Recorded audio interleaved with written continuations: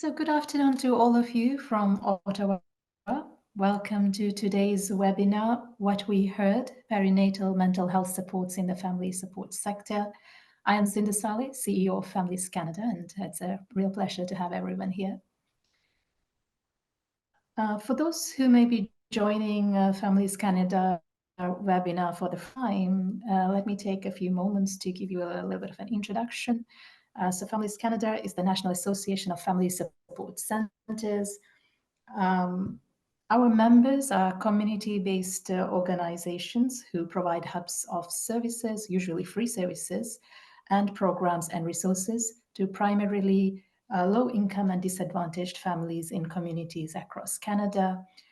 Through our 500 plus members, we impact the lives of approximately 500,000 families every year. For nearly 50 years, we have helped our members meet the evolving and complex needs of families by piloting, adapting, and scaling up evidence-based programming, by developing and disseminating evidence-informed resources, and by providing professional development opportunities like this. In our work, we partner with the private, public, and nonprofit and academic organizations to turn knowledge into practice. And we recognize that a multi-sector approach is essential for addressing barriers and strengthening families. So welcome once again, and just a couple of housekeeping points before we get started.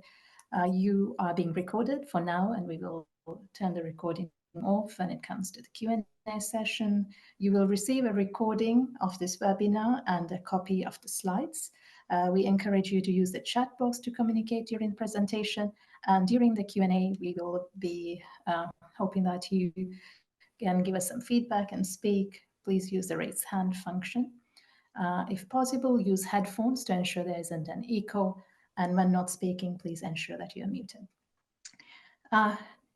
So on our agenda today, we have the welcome and housekeeping, which we just did, our presentation, which will take about 30 minutes, and then a Q&A session lasting about 15 minutes before we wrap up.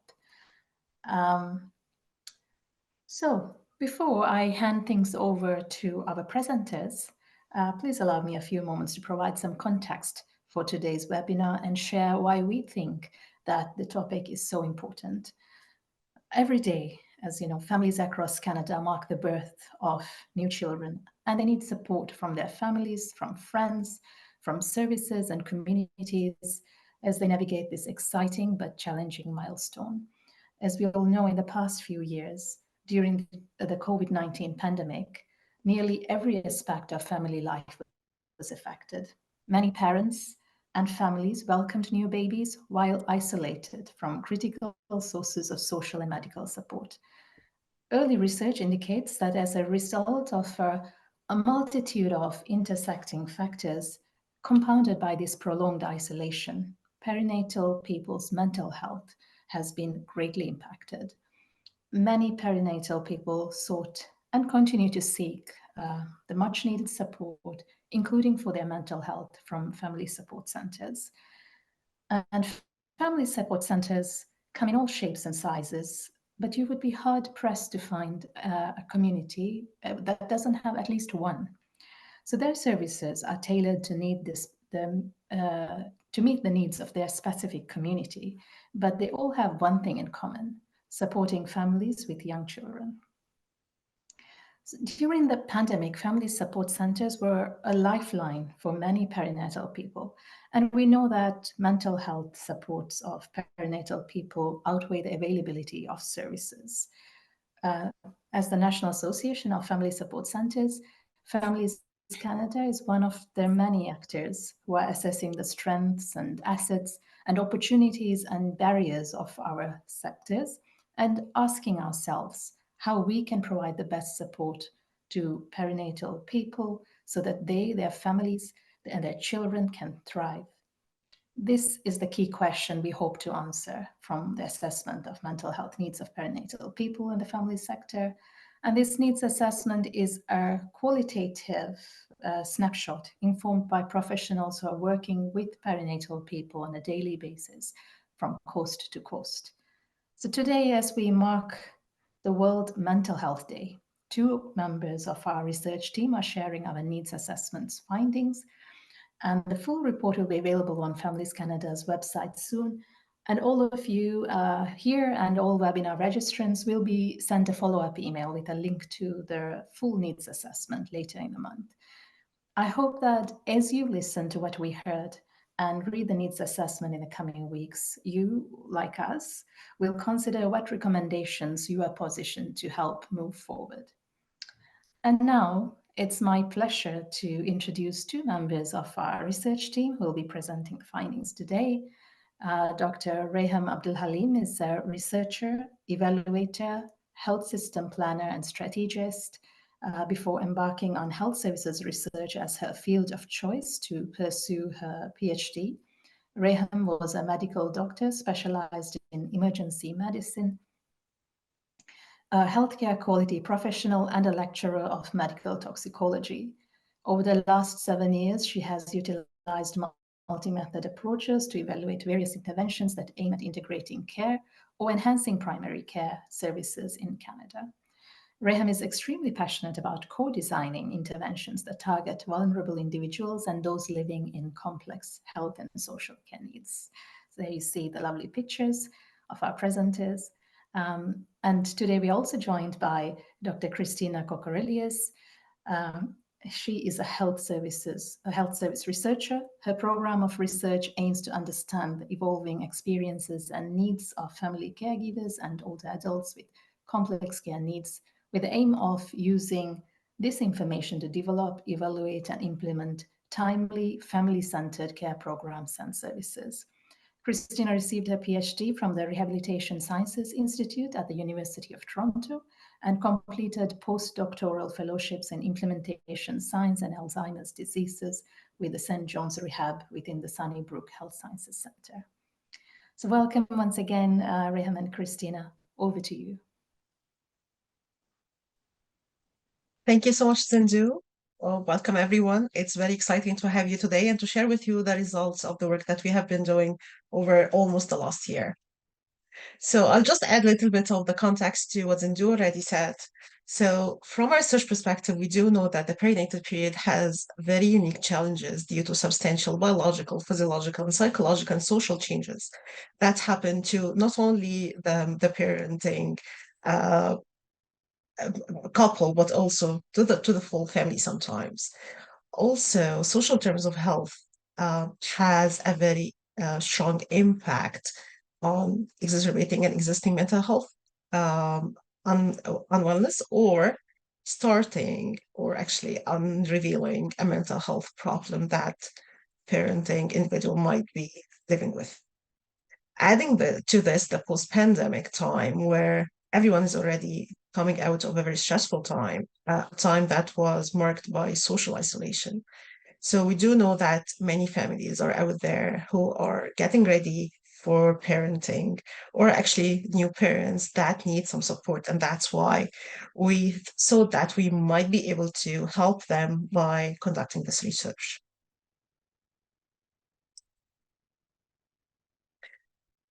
We do know also that perinatal depression is a very common mental health illness, and that 10% of the perinatal individuals experience depressive symptoms. Some risk factors that are known to the research community include family history of depression, traumatic delivery experiences, lack of support, and gestational illness. And the new added risk factor is actually social isolation, which was highly exacerbating during the COVID time. A lack of support for perinatal individuals may harm infants' mental health as well and might have a long-term impacts on the people's lives. So in order to try to help, Families Canada actually put together a research team and asked them to target these objectives. Engage with family support centers to better understand how providers perceive current services, programs, and supports for perinatal people. Identify unmet and current needs of perinatal people and service providers to shape future programming, and to work with Families Canada to identify existing and forthcoming programs and resources for perinatal people that might help to kind of construct a map of services that people can reach out to.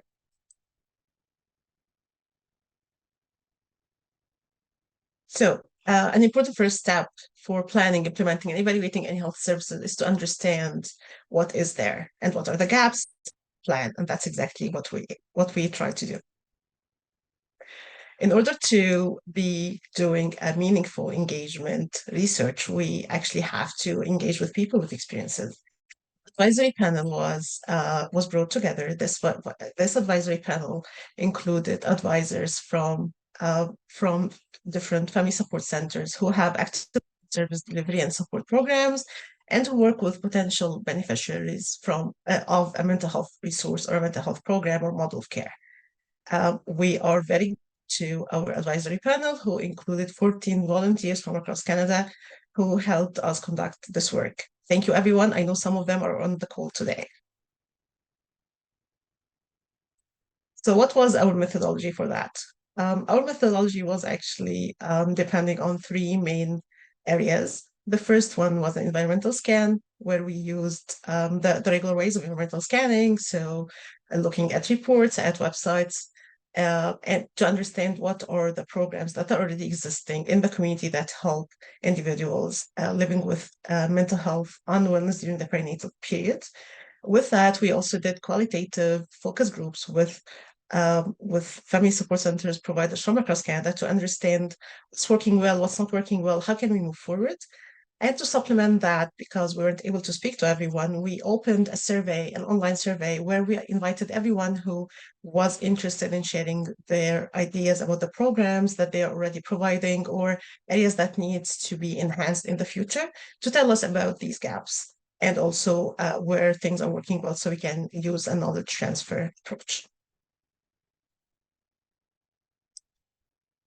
I'll now leave you with Christina to walk you through the results of the environmental scan, and then I'll catch later with the results of the focus groups. Christina. Perfect. Thanks, Raham and Zindu, for the kind introduction. So I'll go through this pretty fast, but essentially what we did is we conducted a very rigorous search, looking at anything published in English or in French across the 13 jurisdictions in Canada to see what resources existed.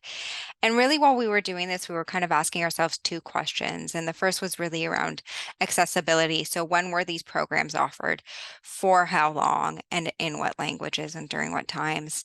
So British Columbia really stood out because we actually found 11 resources for people there. But what really was the focus in British Columbia is typically 8-week programs.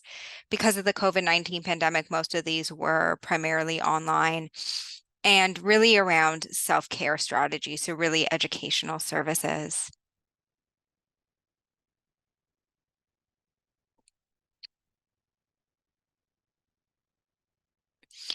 Alberta also really stood out. So 13 resources, but based on the publicly available information, and when Raham talks, she'll provide more context, but the publicly available information really talked about this idea for unknown duration, that really these services were available to people for as long as they needed it. So there was no standardization. And surprisingly, in Saskatchewan, again, we found this average duration was unknown, but we found 9 resources. Typically, they tended to be offered at least once a week and actually began in the area of preconception, so pre-pregnancy, and had separate groups depending on the stage of gestation. Manitoba, again, this 10 resource range, but the services were for much shorter duration. So typically as short as 2 weeks all the way till 12 weeks. So again, that duration depended on patients' needs. And then in Ontario, so in Ontario found numerous resources. They had the most. They had well over the 11, 12 that we were hearing about. And again, there was no consistency. So they had 24 resources, and the majority of these resources were, again, offered as long as it needed to meet patient needs. And then Nova Scotia had 7 programs, but what was unique in Nova Scotia is they were often providing support to families who were expecting or already had young children, and young children were typically described as those up until the age of 5. Prince Edward Island, they really struggled. They only found one resource, and this is called mental health, and it's run by the government. So this was really to address anxiety and depression. It was a free service where you could see a registered mental health therapist. The duration, again, was unknown, and it was, again, this idea of meeting patients' needs.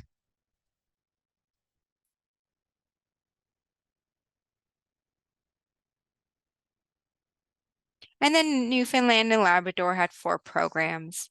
And this program typically started when the mother was actively in labor. Northwest Territories, again, one resource, ironically only located in Yellowknife, and again, focused on mental health. So some of the same trends that we saw in PEI. And then Quebec had 2. One was for the Quebec Alliance of Perinatal Mental Health, and the other one was offered through Jewish General Hospital. This was really for people with psychiatric disorders, so you needed a diagnosis to get that.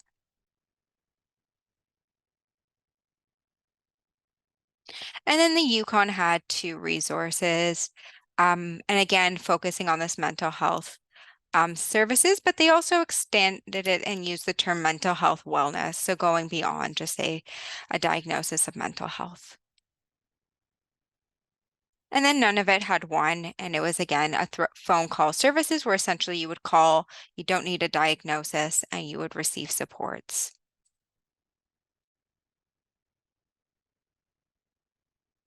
And then we found nothing in New Brunswick. So then we found 2 resources that seemed to be Canada-wide, and this was really the Canadian Perinatal Wellness Collective, who offered the most range of services.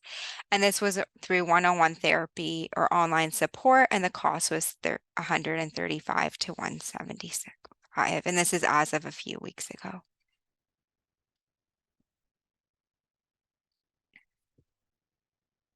Perfect. So to expand on our review, we also then conducted a survey. So we sent some surveys out that I'm pretty sure many of you would have seen.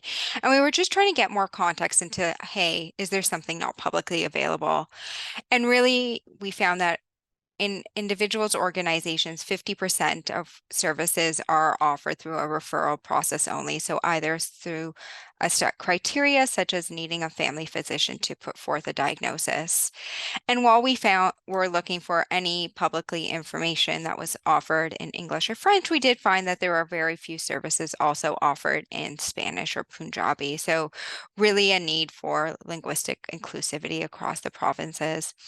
And only 2 out of 8 organizations that were not included on our list, but that were brought to our attention, offered weekend support. So again, a big dearth of availability. And 25% of the organizations conducted program evaluation. So these are folks that we asked if they conducted any sort of understanding or details around their services. So all in all, we really found that there's an issue of requirement of a referral, and Raham will speak to this more, but essentially needing to have, say, a formal diagnosis or needing a family physician to put forward the referral could be a big barrier. We also found that there was a lack of coordination between programs offered by the same organization. So some people in the same organization were telling us 2 different things. And that there was really no program that offered that long-term support, especially in the area of depression. So as we saw a maximum of 12 weeks across all the jurisdictions. None of these really took into account the social determinants of health, especially those 2 Canada-wide studies that did have a high fee associated with them. And that while some jurisdictions, such as Ontario, who had as high as 24 services available, there's really significant areas. So either in terms of the languages that these are offered in, weekend support, or what they can care for.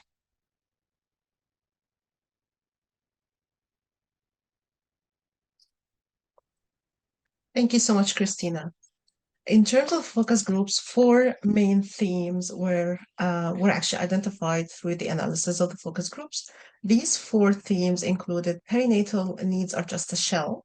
And by this, we mean that they're just like the outer layer of a much deeper problem that include mainly social terms of health. And we'll come to this later into our presentation. The second theme has to do with the need of integration and coordination of services. The third is the need for funding and sustainability. And the third is quality improvement in a couple of areas, including policies. So for the first theme, perinatal needs are just the shell. I will leave you a minute or so to go through some of the quotes from the focus groups, and then I'll comment on them.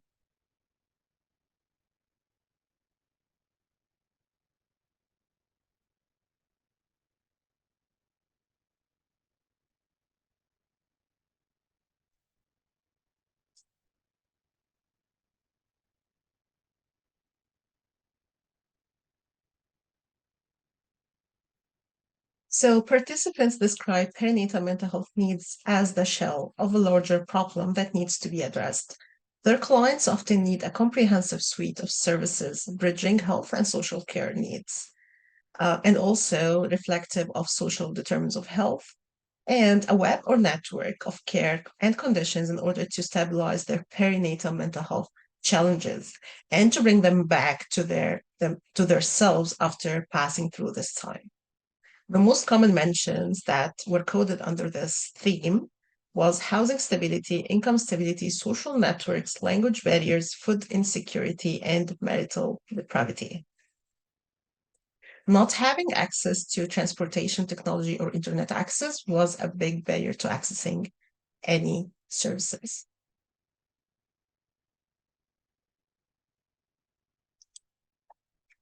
The second theme that emerged from the data has to do with integration and coordination of services.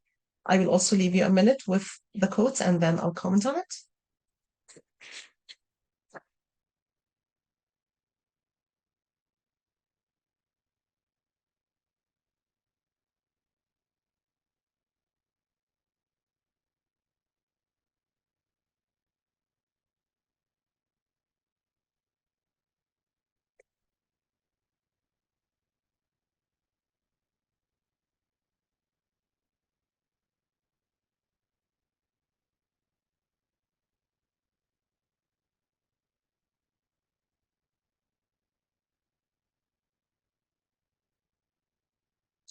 Family support centers that provide perinatal mental health supports were described by participants as being siloed from the rest of the system. By this, they meant that other service providers are not often aware of the existence of these programs, and so they don't do referrals for it.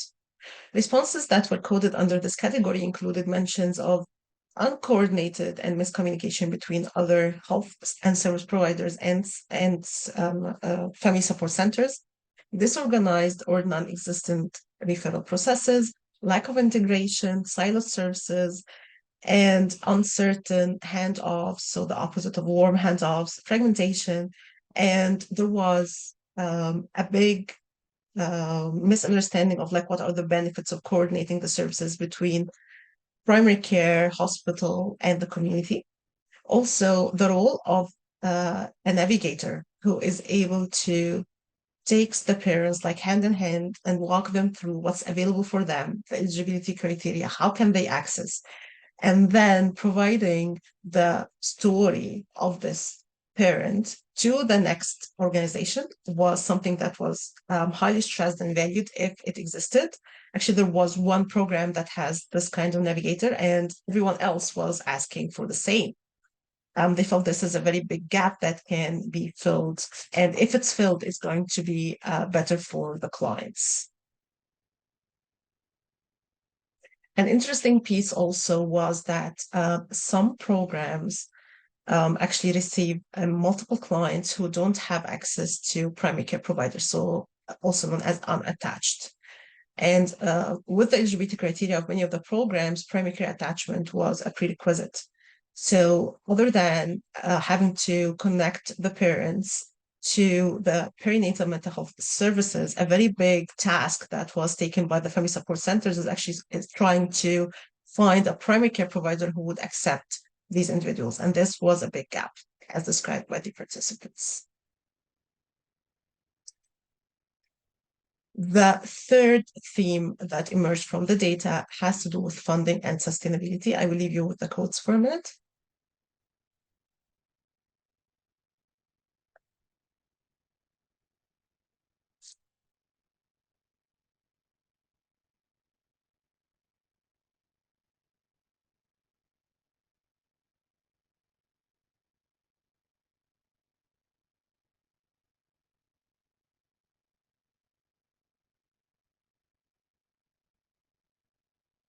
Funding was a very important theme that was echoed by participants from coast to coast in consensus.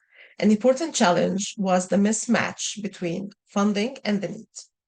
A related challenge was that sometimes funding is not directed towards the areas that are most important according to the participants. For instance, grants might be available for professional development and training while the program itself doesn't have a sustained funding. And in some of the participants' own words, how would I care about improving the credentials of my providers if I can't sustain the program itself to my clients? Staff turnover was another salient outcome of low funding and non-competitive wedges. Funding cuts were perceived as a main cause of stopping multiple programs in the community. Some participants highlighted that there are some indirect services that are crucial to providing client-centered care. For example, funding printing awareness materials, program promotion, and the translation of resources for people who don't speak English and French. An area that participants suggested funding for is funding for the creation of an integrated network that would facilitate navigation across various services as well as supporting community support groups.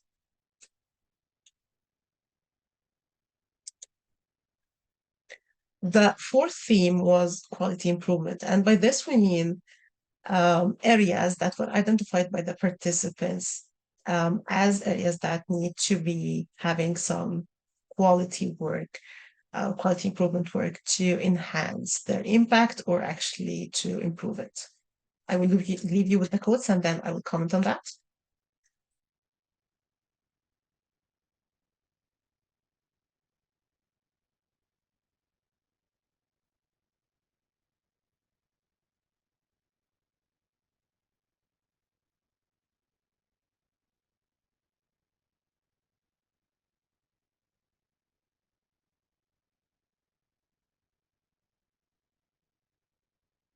The areas or the system areas that needs to be improved based on the participants' perspectives include early identification of individuals at risk, building national awareness about perinatal mental health and wellness and the available resources in each community to address these needs. Policies around funding for perinatal mental health supports needs to be more tailored to the community needs and more sustainable. Perinatal mental health challenges are often a result or get exaggerated by lower than optimal social terms of health. And so addressing social terms of health as part of addressing the problem is very important.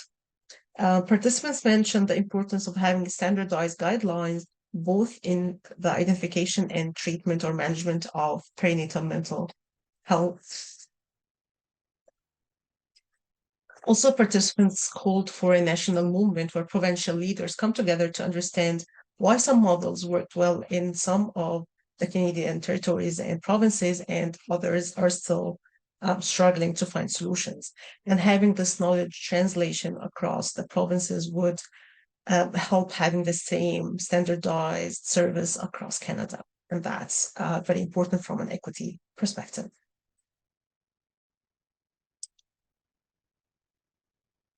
So overall, vulnerable was a common characteristic that participants used to describe clients. Participants consistently linked unmet needs to the social terms of health. The lack of funding and sustainability poses problems to the support service sector in each and every province in Canada. Opportunities for improvement in the programs and support services at these centers was very important. Quality improvement opportunities, including creating standardized program development guidelines, establishing programs, process evaluation frameworks, and fostering communities of practice to expand successful programs is an important area of work. So where to go from here? These are the set of recommendations that came out of the work that we've conducted. First was advocate for funding equity, sustainability, and system change for family support centers to better meet the needs of their clients, develop a support service navigation hub for individuals in need, launch a public awareness campaign geared towards expecting parents and the wider community about perinatal depression and family support center services, offer holistic interventions, training programs, and communities of best practice geared to respond to the whole needs of families, including social terms of health, continuously evaluate existing perinatal mental health programs in order to make sure that we are evaluating our programs on a standardized framework to assess the processes and outcomes.